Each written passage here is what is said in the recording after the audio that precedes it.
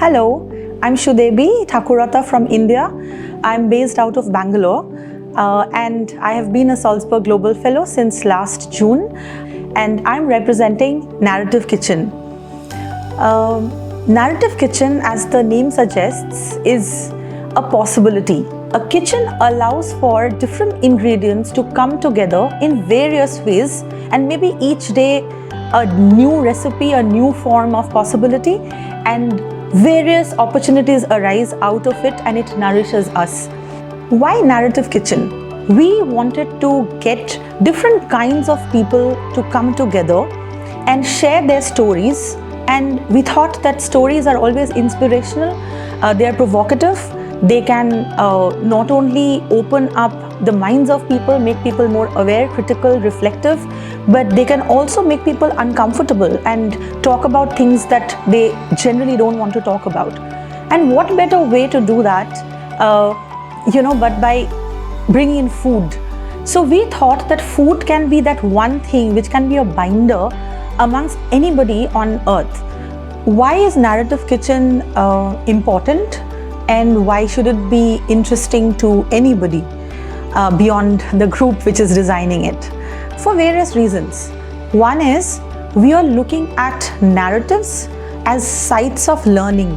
We are looking into narratives not only as data, but narratives as perspectives which have pedagogical opportunities and possibilities.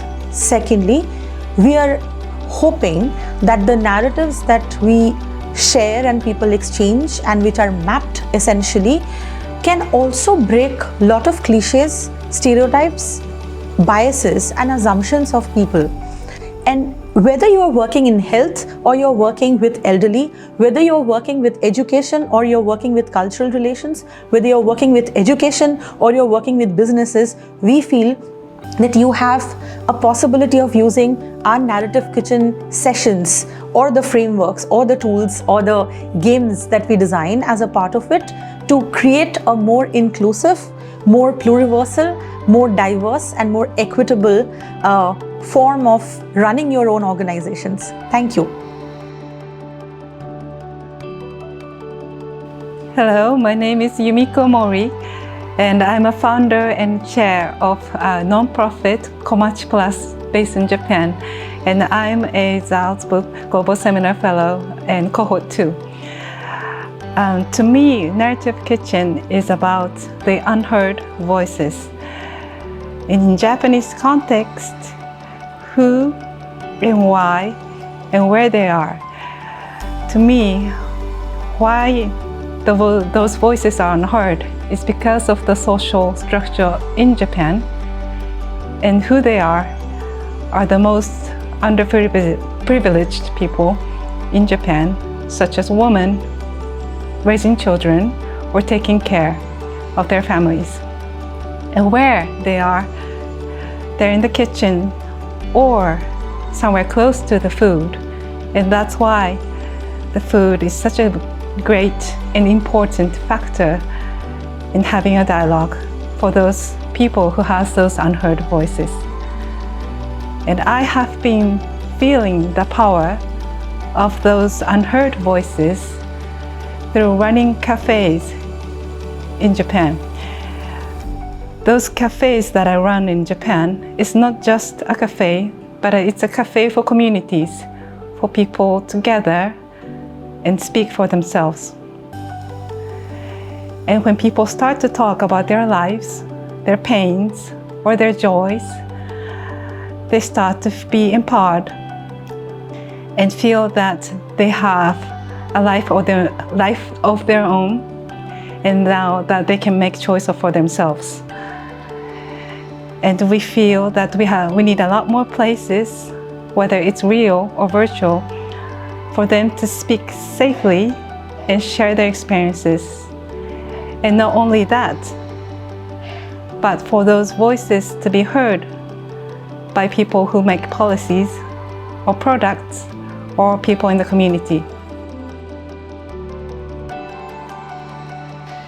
Greetings, this is Tomokawa Ne. I am from Keio University. I'm a senior researcher at India-Japan Laboratory. I have lived in India since 1992, and the last 3 decades I have done lots of social work in the state of Gujarat, Western India. So this narrative kitchen project of Salzburg Global Seminar I'm associated with, I have put my heart into it because it reminds me of many faces of women in India I met.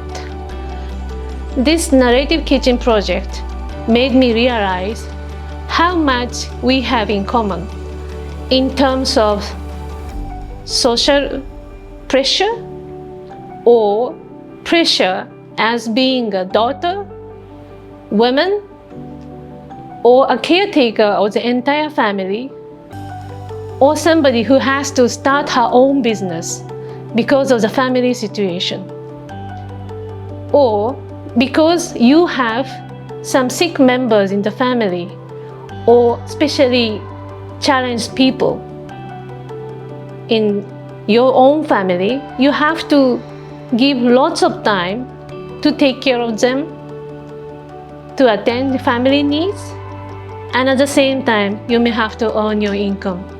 That could be ultimately considered as a family income.